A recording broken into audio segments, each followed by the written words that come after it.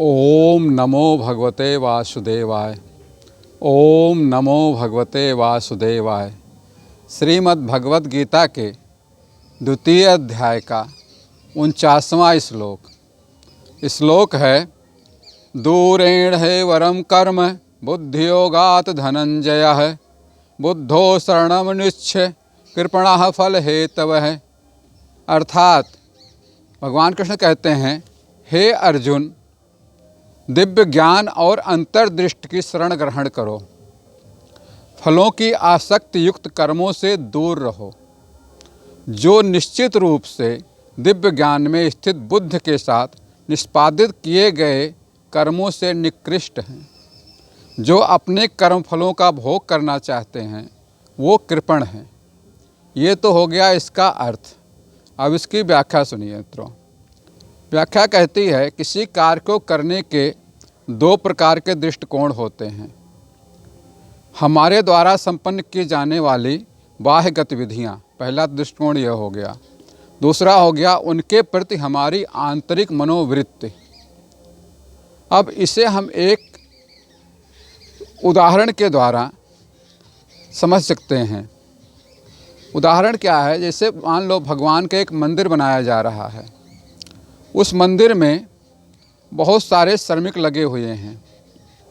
श्रमिक एक पवित्र कार्य कर रहे हैं, भगवान का मंदिर बना रहे हैं, एक बहुत ही पवित्र कार्य कर रहे हैं। उस पवित्र कार्य को संपन्न करने में लगे हुए हैं, मंदिर बनाने में लगे हुए हैं, किंतु उनकी मनोवृत्ति सांसारिक है।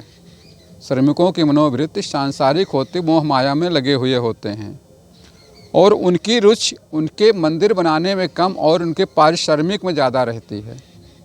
यदि उन्हें कहीं और किसी और ठेकेदार से या कहीं से भी इससे अधिक पारिश्रमिक मिलने की उम्मीद होती है तो वो बिना संकोच किए हुए ही वहाँ से दूसरी पारिश्रमिक लेने के लिए वहाँ चले जाएंगे।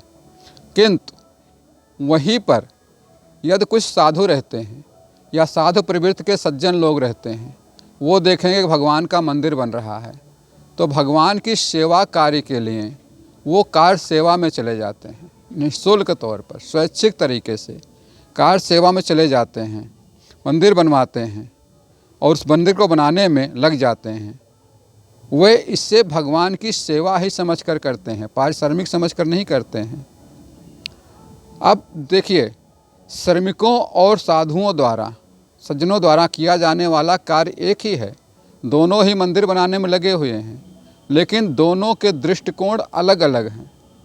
यही चीज़ भगवान कृष्ण अर्जुन को उपदेश में दे रहे हैं कि उन्हें आंतरिक प्रेरणा से अपने कर्तव्यों का पालन करना चाहिए। जो लोग अपने सुखी रहने के लिए काम करते हैं वो लोग कृपण होते हैं। सुखी रहने के लिए मतलब जो कर्म कर रहे हैं उसके फल की प्राप्ति के लिए, उसके फल की आशा लेकर के कार्य करते हैं, वो कृपण हैं, वो दुखी रहते हैं। और जो लोग समाज के कल्याण के लिए, समाज सेवा के लिए बिना फल की, अपने लिए कोई फल की इच्छा नहीं करते, भगवान का सेवा समझ करके अपने कर्तव्य का पालन करते हैं और इसे भगवान को अर्पित कर देते हैं, वास्तव में वही लोग श्रेष्ठ हैं। इन्हें ही श्रेष्ठ कहा जाता है। ये हमारे आपके लिए, सभी के लिए उत्तम है कि हम समाज के लिए, देश के लिए कुछ करते हैं तो हमें आंतरिक संतुष्टि मिलती है और श्रेष्ठ कार्य होता है। और जिसमें लालच लगी होती है, ईर्ष्या लगी रहती है, अपना मोह माया में बंधे हुए होते हैं, करते तो उसको भी वही कर्म है, लेकिन उसमें वह आत्मिक संतुष्टि, आत्मिक सुख नहीं मिल पाता है। तो इसलिए जितना भी हो सके परिवार का पालन पोषण तो करना है, लेकिन समाज की सेवा में, भगवान के कार्य में ज़्यादा से ज़्यादा समय का श्रम दान करने का प्रयास करें, भगवान की सेवा में लगने का प्रयास करें। इससे आपको उत्तम गति की प्राप्त होगी, उत्तम स्वास्थ्य की प्राप्त होगी, आपका मनोवृत्ति उत्तम होगा, परम आनंद की प्राप्ति होगी। बस मित्रों, आज के लिए इतना ही। कल फिर मिलेंगे दूसरे श्लोक के लिए। तब तक के लिए ओम नमो भगवते वासुदेवाय। ओम नमो भगवते वासुदेवाय।